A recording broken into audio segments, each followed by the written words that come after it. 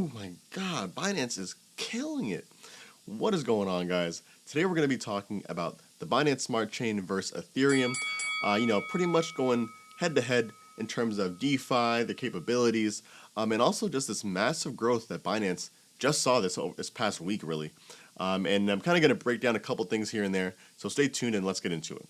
So the first thing is going to be discerning the differences between the Binance Smart Chain and just the regular Binance chain.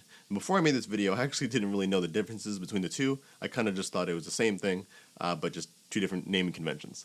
But they are two different things. So the Binance chain actually launched in April of 2019 and is pretty much touted as the mainnet for, BNB, of course. But the main purpose for the Binance chain is to house the Binance DEX, the decentralized exchange. And on their white paper, they mentioned that it offers low latency matching with large capacity headroom by handling millions of trading volume in a short amount of time. So they're essentially saying that the main point of the Binance DEX is to be able to handle, the type of throughput and, volume of transactions that almost a centralized exchange could do, much like their own Binance centralized exchange. But one thing to recognize here is that their Binance chain, the regular Binance chain, does not offer smart contract capabilities, mainly because they knew that adding smart contracts as a feature would only slow down trading performance, and of course as a brand that is known for trading, most notably, that's not what they wanted. So this is kind of where they came up with the Binance Smart Chain. Now the Binance Smart Chain launched in September of 2020, and it actually runs parallel to the Binance chain. But something to keep in mind that it isn't like a layer 2 on top of the Binance chain. It literally it's like a standalone blockchain according to again their white paper. Assuming that the Binance chain for whatever reason goes down tomorrow, it's still going to run just as fine, even if that Binance chain goes down. And on their white paper, it states that even if the Binance chain stops running for whatever reason, the Binance Smart Chain will still be able to run well.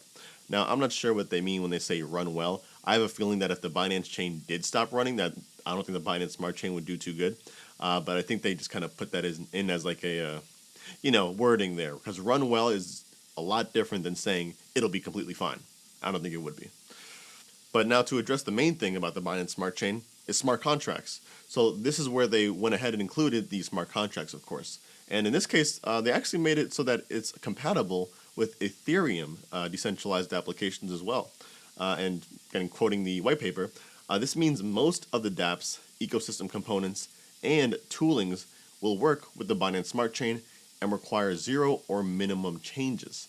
Now, actually, just some of my quick input, I kind of like that they did that. They made it in a way that they knew obviously Ethereum is the king in terms of a hub for decentralized applications. So they said, all right, instead of trying to make ourselves so different and try to go against the grain, let's make it easy enough so that if developers wanted to, or if people wanted to, well, mainly developers, they can just transfer their decentralized applications from Ethereum onto the Binance Smart Chain. Well played, CZ. Well played. Now that we have the differences between the Binance Chain and the Binance Smart Chain hashed away, Binance Chain being the main chain for BNB and mainly for trading, Binance Smart Chain being mainly the chain for smart contracts and DeFi, we're going to go ahead and compare the Binance Smart Chain and Ethereum. That's mainly what we're going to be focusing on here.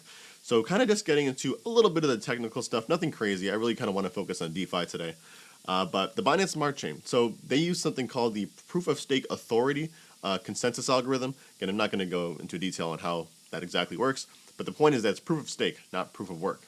So it looks like they went for, I guess you could say, a more sustainable option instead of mining. Their block time is about less than 5 seconds. And then additionally, the Binance Smart Chain is also deflationary. So it turns out that the block reward actually comes from gas fees, which are paid in BNB. And I'm actually going to go into how it is deflationary in a little bit when we kind of compare that and Ethereum. But then moving on to Ethereum in terms of some technical stuff, currently they do use proof of work, but they are converting to a proof of stake algorithm. More or less proof of stake. It's also going to be a different variation of it.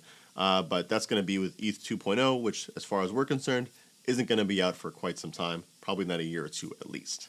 The block time in this case is right about 13 seconds on average. So in this case, it's a little bit longer than the Binance one, actually more than double what the Binance Smart Chains is. However, they also have a model that is technically deflationary. Since the Constantinople fork back in 2019, the inflation rate for Ether actually dropped from 7.7%, yearly, down to about 4.48%.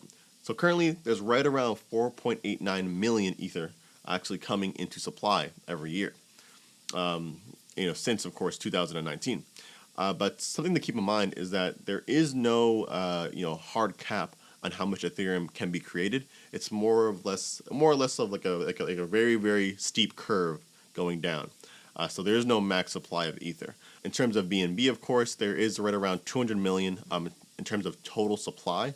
But circulating supply is a lot less, and they are technically burning it. And that's what we're going to get into next. The burning of BNB. So to put simply, Binance actually goes ahead and burns a certain amount of BNB every once in a while. I think it's about every quarter or so, but I definitely could be wrong on that.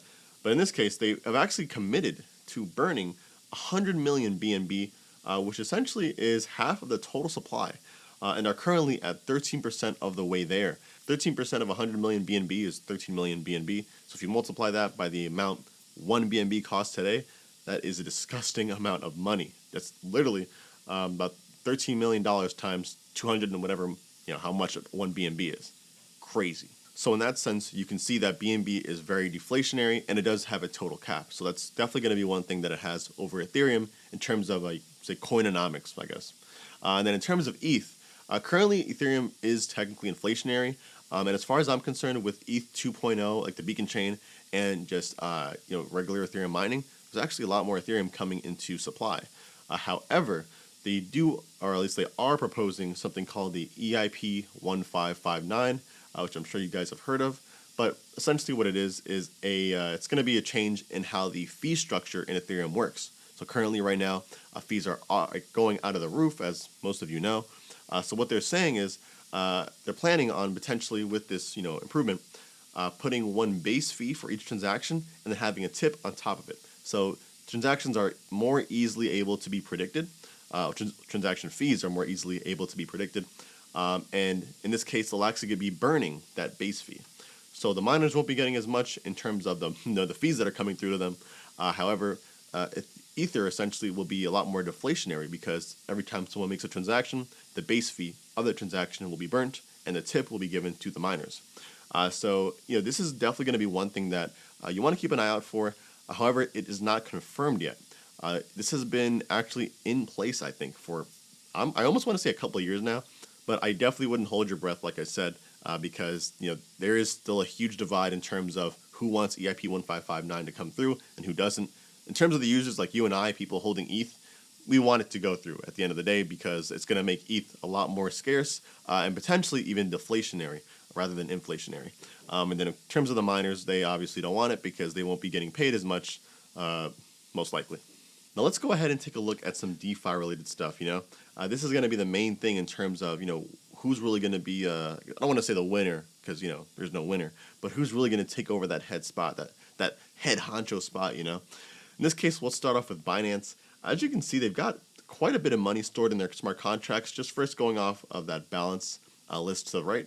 But you'll notice that Venus and PancakeSwap by far are taking over pretty much I almost want to say 70%, 80% of the volume, 80% of the balance, I guess you could say, in terms of value stored within the Binance Smart Chain. So as you can see, in terms of, again, how many apps are on the Binance Smart Chain, it doesn't seem like there's a whole lot, at least being reported on DApp Radar. But the important thing to notice here is that most of the balance, most of the community in this case is really just focusing on Venus and PancakeSwap. Mainly just kind of messing around with those two DeFi applications. But in total, Binance Smart Chain has over $6 billion stored in their smart contracts, as we mentioned. Again, majority being in Venus and PancakeSwap. But something that you also kind of want to notice here is that Cream was right there at number 5. Yeah. So you see that we do have some Ethereum dApps kind of popping up here and there on different, blockchains, including, of course, the Binance Smart Chain. Some of them are actually migrating over to the Binance Smart Chain just because, really shows that the dApps are willing to move wherever the users are moving, right? Because at the end of the day, they want to make sure that they stay relevant and they stay liquid. And of course, we can also see that the Binance Smart Chain, because of that, has no shortage of users either. If we take a look at the user list, you'll see that PancakeSwap has over 46,000 people using it, which We'll go into the Ethereum one soon, but you'll notice that 46,000 is actually the most that any DeFi application currently has. And when we talk about users, we really mean just different wallets using it, in this case, on a 24-hour basis. So let's say, for example, if I use my MetaMask wallet on my computer and I use one on my phone, let's say I'm using PancakeSwap, that technically counts as 2 users. But still, 46,000 users is pretty impressive, especially on a smart contract chain that is nowhere near as mature as Ethereum is. But one thing that you want to keep in mind here before we move on to Ethereum is look at all the green on the user section. A lot of these projects are gaining a lot of users, and this is just over the 24-hour period. If you take a look at the 7-day period, you'll see that that's a whole lot more people are joining. 64% for PancakeSwap, 49% for Venus, 171% for some of these other ones. It's pretty crazy to see the amount of people migrating over to the Binance Smart Chain. Why? Simply because it's cheaper and it's faster. Not my opinion, just the truth. Let's move on to Ethereum. Now, in terms of Ethereum, you can clearly tell that, just starting off with the balance, that it's so much more than the Binance Smart Chain. As you can see, there is probably, just kind of guessing, there's over $30 billion worth of value stored within these smart contracts. The most, of course, being in Uniswap with a whopping $7 billion.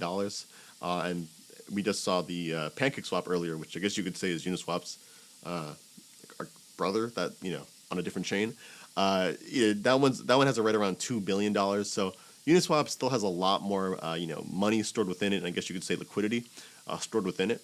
So in terms of that, obviously Ethereum will still kind of reign the king, just because it's a lot more built out than the Binance Smart Chain is. It's a lot more matured. For where the Binance Smart Chain is, it's pretty impressive to see that it's only been out for about 5 months, technically. It was September. Actually, no, longer than 5 months. What am I talking about? Well, 7 months, half a year, what have you.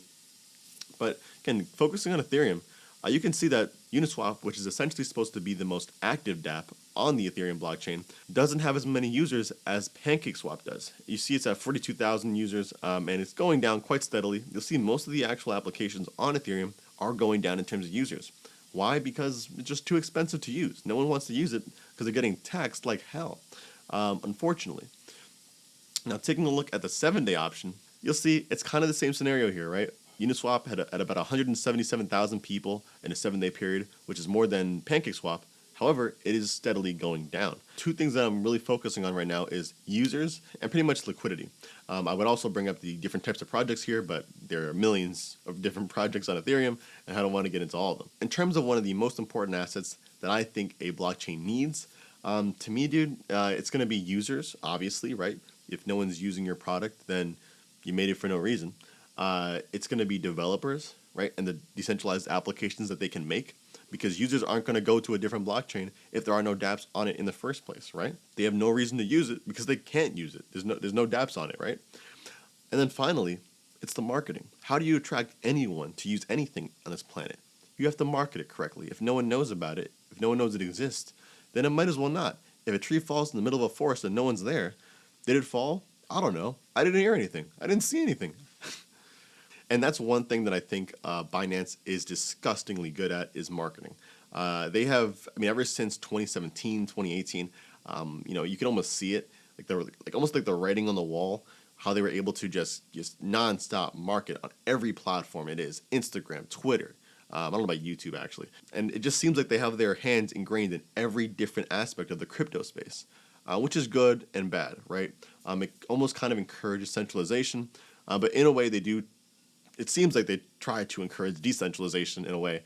They do have what they call a Binance Launchpad, which allows startups to actually go ahead and work with Binance to pretty much gain funding and launch their own platform, whether it be a project, anything DeFi related, anything like that. So it's good to see that they're contributing to the space in a positive way in that regard. And of course, Ethereum has Gitcoin grants, which is obviously a little different. That's just the community providing instead of the Ethereum Foundation providing.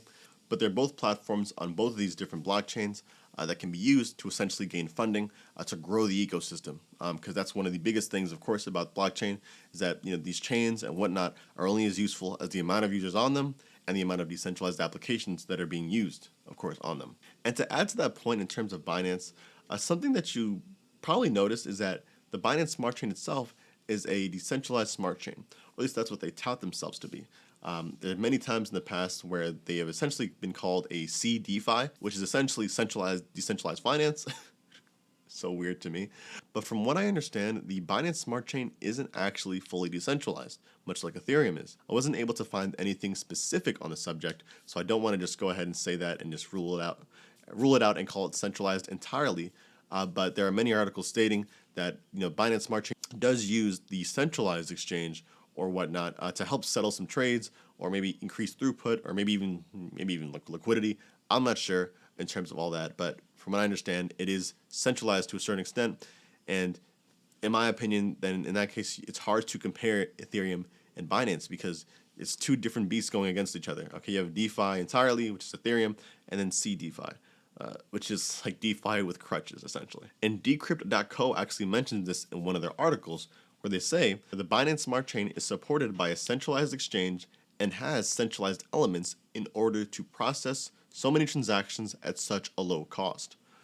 So they're kind of like cheating to a certain extent, right? It's like that kid in class that has like an Apple Watch. The teacher doesn't know, but he can still like bring up the pictures of his last test and just write them down. Meanwhile, little Johnny in the back is screwed because he never had any of that fancy stuff. All he has is his brain. That's horrible. Now, in my opinion, CeDeFi and DeFi, I think both are needed. I know it's going to sound quite surprising. Centralization is something that will be here and will never go away. And the thing is that it's not a bad thing. Centralization in and of itself isn't bad. It's just when it's abused and potentially over-centralized, right?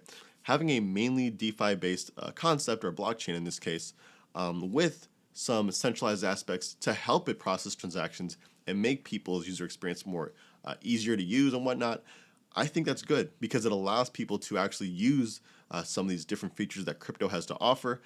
Again, just in terms of being able to use these smart contracts, see how they work and whatnot. But at the same time, it doesn't mean that I don't think that we need DeFi blockchains like Ethereum. I think Ethereum needs to exist. I think Binance needs to exist. We need both of them. We need, honestly, every extreme, from centralized exchanges, decentralized exchanges, and everything in the middle, because that's just how society works, and that's how humans are. We aren't black and white. There's a spectrum of how people act, and of course how centralization operates as well.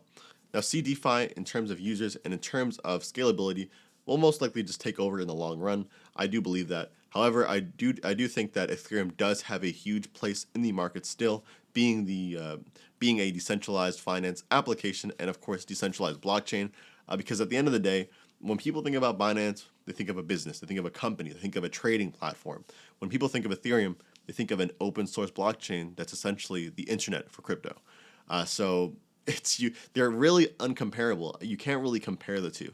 After doing this research, I kind of realized that, because before I was kind of trying to say, okay, how is it that I can compare something that this guy CZ is kind of head of, but not really because it's centralized, but it's not, versus Ethereum that's its own entity essentially. Yeah, we all know Vitalik and Josh, and those other guys, of course, that are with, of course, the Ethereum Foundation, but they still technically have no say over how Ethereum works. At the end of the day, it's all based off consensus, and that's kind of the beauty of it. So in that case, I think it's pretty much obvious that we can't say that there will be a winner or a number one or number two spot by any means, in my opinion. Again, if you disagree, then by all means. What I do want to know is what you guys think down in the comments. What are you betting on personally, BNB or ETH? Personally, listen, shouts out to ZZ. I love y'all at Binance, but I'm an ETH guy, bro. I'm an Ether head, bro. I mean, I don't have an Ether. I don't have anything Ethereum related. I only have Bitcoin stuff. But I am an Ether head at heart, and that's most likely how I always will be. At least if we're talking about ETH versus Binance. Oh, and some last important thoughts. I do think that until Ethereum has some way to scale and have the ability to use these decentralized applications at a reasonable speed and at a reasonable price, I do think that it's going to continue to lose market share, whether it be to Binance or any of these other decentralized applications. Binance mainly just because it's already been growing quite big and it's already at the top 3 spots. But I don't think that will impede the price of Ether per se, because I do think that Ether is still, it's still kind of I don't know, I could almost say like a collector's piece in terms of crypto. Bitcoin, obviously, at the end of the day, is the number one collector's piece. Would you rather have 1 Ether or 10 BNB? You know what I'm saying? It just sounds better. Ether is what it is. It's been around for quite some time. But again, until it's able to scale, I do think it's going to continue to lose, market share to Binance. Will Binance take over that number 2 spot right next to Bitcoin? That's a hard one. I think I'm not sure if that's gonna happen. I can't see it happening because to me, I just can't see people undervaluing Ether that much because I do think Ether is worth a lot more than BNB in terms of the in terms of just what it offers. Being decentralized at its core is one of the most valueless things. Oh, valueless is one of the most priceless things that you can have in crypto. As much as Binance, their services and whatnot has to offer, Ether is just decentralized, and the Binance Smart Chain kind of technically isn't. So yeah. But anyways, let me know down in the comments below. If you liked the video, go ahead and throw your boy a like, and I'm gonna catch you guys in the next one. All right, peace.